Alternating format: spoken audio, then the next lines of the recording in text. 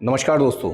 Newton का तीसरा नियम कहता है every action has equal and opposite reaction, यानी प्रत्येक क्रिया के बराबर और विपरीत दिशा में प्रतिक्रिया होती है। इसीलिए पहलगांव आतंकी हमले के बाद जिस बात की चर्चा सबसे ज्यादा हो रही है वो है भारत की प्रतिक्रिया। बची खुदी जमीन को मिट्टी में मिलाने का तो समय वहीं भारत के हमले के है। डर के बीच पाकिस्तान में अब तख्ता पलट जैसे हालात बाहर से नजर जुड़ी आने बड़ी लगे खबर हैं। है। पाकिस्तान ने एक बार फिर से परमाणु कहा बम जा रहा है की कि धमकी हमारे दी है। पास दुनिया के सबसे शक्तिशाली परमाणु बम है पाकिस्तान। युद्ध होगा या नहीं होगा? कि होगा तो भारत कैसा 24 से होगा? 36 घंटे के अंदर हमला कर सकता है। पूरा विश्व यह जानना चाहता है कि 26 निर्दोष पर्यटकों की मौत के बाद भारत की प्रतिक्रिया क्या है। आतंकियों ने अब तक जो किया उसमें सेना के लोगों को निशाना बनाया जाता था, स्थानीय लोगों को निशाना बनाया जाता था, कभी भी सैलानियों को निशाना नहीं बनाया गया, क्योंकि वे जम्मू कश्मीर की अर्थव्यवस्था को मजबूती देते थे। इसका अर्थ यह है कि आतंकी भी भारत सरकार को बड़ा मैसेज देना चाहते थे। अब मैसेज बड़ा है तो उसकी प्रतिक्रिया भी बड़ी होगी। दक्षिणी कश्मीर के पहलगांव में 22 अप्रैल को हुए आतंकी हमले में 26 लोगों की मौत हो गई थी। इस आतंकी हमले के बाद भारत और पाकिस्तान के बीच तनाव चरम पर पहुंच गया है। भारत ने हमले के बाद कड़े कदम उठाते हुए सिंधु जल संधि को रद्द करने समेत कई प्रतिबंध लगा दिए हैं। भारत की ओर से लिए गए बड़े फैसलों के बाद पाकिस्तान भी लगातार गीदड़ धमकियां दे रहा है। हालांकि सच यह है कि भारत की सैन्य शक्ति के आगे पाकिस्तान कहीं नहीं टिकता है, फिर चाहे वह थल सेना की बात हो, जल सेना की बात हो या फिर वायु सेना की बात हो। भारत की तीनों सेनाएं पाकिस्तान की सेनाओं के मुकाबले अधिक मजबूत हैं। इस कायराना हमले के बाद भारत और पाकिस्तान युद्ध के मुहाने पर खड़े हैं। लेकिन सबसे अहम बात यह है, क्या पाकिस्तान भारत की सशक्त सेनाओं का मुकाबला कर पाएगा? आइए जानते हैं आखिर किस देश के पास कितनी सैन्य शक्ति है। विश्व में लगातार पाकिस्तान की रैंकिंग गिर रही है। ग्लोबल फायर पावर इंडेक्स 2025 के अनुसार दुनिया की सबसे शक्तिशाली सेनाओं की लिस्ट में भारत चौथे नंबर पर है। 2023 में पाकिस्तान 7वें स्थान पर था, 2024 में फिसलकर 9वें स्थान पर पहुंच गया और 2025 में पाकिस्तान टॉप 10 से बाहर हो चुका है।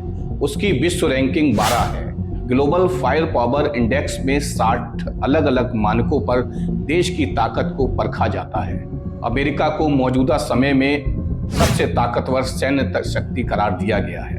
वहीं इस रैंकिंग में रूस दूसरे नंबर पर और चीन तीसरे नंबर पर रखा गया है।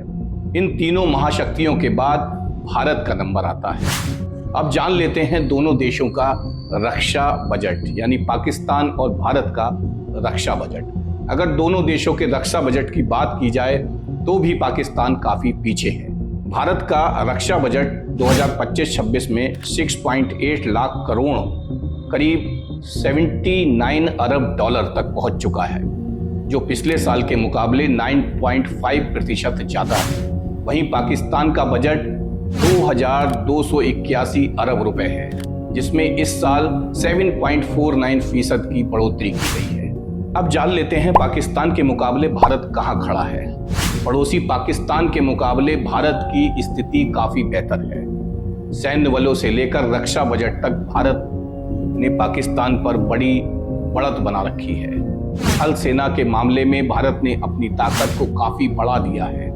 पाकिस्तान कहीं भी ठहरता नजर नहीं आ रहा है। इसके अलावा वायु सेना की ताकत में भी पाकिस्तान भारत के आगे कहीं नहीं ठहरता। नौसेना में शामिल हथियारों और ताकत की जिक्र किया जाए तो अभी तक पाकिस्तान के पास डेस्ट्रॉपर और एयरक्राफ्ट कैरियर नहीं है। थल सेना की बात की जाए तो भारत के पास 14,55,550 सक्रिय सैनिक हैं। भारत के रिजर्व सैनिकों की संख्या 11,55,000 है।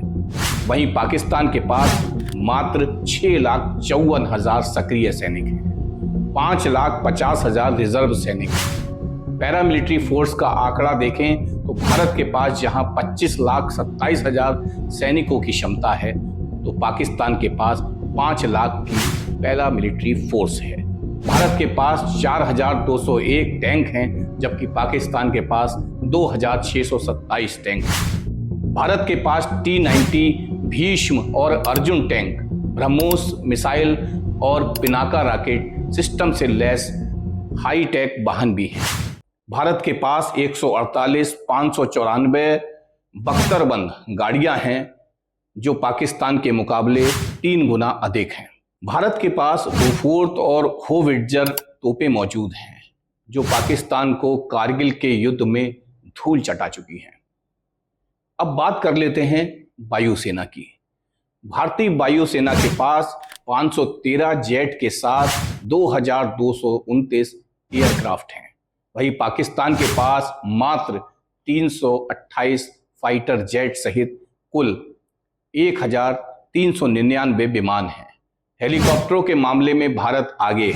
उसके पास 899 हेलीकॉप्टर हैं जबकि पाकिस्तान के पास मात्र 373 हेलीकॉप्टर हैं। भारत के पास 80 अटैक हेलीकॉप्टर हैं जबकि पाकिस्तान के पास मात्र 57 की संख्या है। भारत की वायुसेना में Rafale fighter jet, Sukhoi Su-30 MKI, Mirage 2000, MiG-29 fighter jet हैं जो ब्रह्मोस, अस्त्र, रुद्रम और आकाश जैसे मिसाइल सिस्टम से लैस हैं। पाकिस्तान के पास JF-17, थंडर, A-16 और मिराज जैसे फाइटर जेट्स हैं। अब नौसेना की बात कर लेते हैं। भारत की नौसेना के आगे पाकिस्तान की नौसेना बेहद कमजोर नजर आती है, फिर चाहे वह युद्धपोतों की बात हो या फिर पनडुब्बियों की। भारत के पास कुल 293 नौसैनिक जहाज हैं, 18 पनडुब्बियां हैं। वहीं पाकिस्तान के पास 121 नौसैनिक जहाज और 8 पनडुब्बियां हैं। भारत के पास 2 विमान वाहक पोत हैं जबकि पाकिस्तान के पास एक भी नहीं है। वहीं भारत के पास 13 डिस्ट्रॉयर हैं जबकि पाकिस्तान के पास एक भी नहीं है। भारत की नौसेना में कुल 1,42,252 सक्रिय सैनिक हैं। अब पाकिस्तान की गिरड़ भभकी के बीच सवाल उठ रहे हैं कि आखिर कौन सा देश परमाणु बम पहले चला सकता है। परमाणु क्षमता की बात करें तो भारत के पास 150 से 200 परमाणु हथियार होने का अनुमान है। हालांकि परमाणु हथियारों को लेकर भारत नो फर्स्ट यूज की नीति पर काम करता है। इसका मतलब है कि वह पहले परमाणु हमला नहीं करेगा। वहीं पाकिस्तान के पास 165 से 200 परमाणु हथियार होने का अनुमान है। उसकी नीति में फर्स्ट यूज का विकल्प शामिल है। इसका मतलब यह है कि वह खतरे की स्थिति से पहले परमाणु हमला कर सकता है। लेकिन पाकिस्तान को यह भी याद रखना होगा, इतिहास गवाह है कि भारत से जब जब उसका मुकाबला हुआ है पाकिस्तान ने धूल चाटी है। भारत और पाकिस्तान के बीच 4 बड़े युद्ध 1947 से 48, 1965, 1971 और 1999 हो चुके हैं। 1947 से 48 में प्रथम कश्मीर युद्ध हुआ था। उस दौरान भारत ने कश्मीर घाटी, जम्मू और लद्दाख जो 2/3 क्षेत्र है पर नियंत्रण हासिल किया, जबकि पाकिस्तान को 1/3 क्षेत्र मिला। यह युद्ध संयुक्त राष्ट्र के हस्तक्षेप से रुका था। 1965 में दूसरा कश्मीर युद्ध हुआ जिसमें पाकिस्तान का ऑपरेशन जिब्राल्टर विफल रहा। वहीं भारत ने पश्चिमी पाकिस्तान पर जवाबी हमला किया। 17 दिन चले इस युद्ध में भारत ने पाकिस्तान के कई इलाकों पर कब्जा कर लिया। हालांकि बाद में ये इलाके छोड़ दिए गए। 1971 में बांग्लादेश मुक्ति युद्ध हुआ जिसमें भारत ने महज 13 दिन में पाकिस्तान को हरा दिया। इस युद्ध के बाद ही बांग्लादेश का निर्माण हुआ। 1999 में कारगिल युद्ध के दौरान पाकिस्तानी सैनिकों ने कारगिल में भारतीय क्षेत्र में घुसपैठ की। भारत ने महज 2 महीने में अपना इलाका वापस हासिल कर लिया। पहलगांव हमले के बाद भारत ने जिस तरह सिंधु जल संधि को स्थगित कर सख्त कूटनीतिक कदम उठाए हैं, उससे पूरे पाकिस्तान में हड़कंप मच गया है। सोशल मीडिया पर आम पाकिस्तानियों की बेचैनी नजर आ रही है।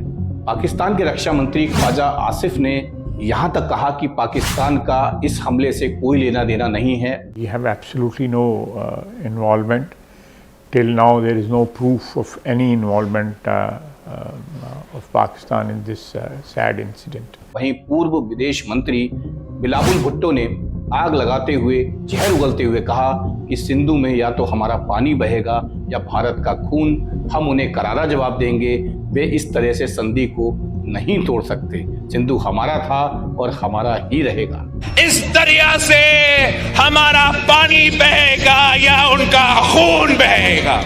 हालांकि भारत के सख्त रवैये के बाद पाकिस्तान के रुख में नरमी देखी गई है और वहां के प्रधानमंत्री शहबाज शरीफ ने कहा कि वे निष्पक्ष जांच में शामिल होने को तैयार हैं।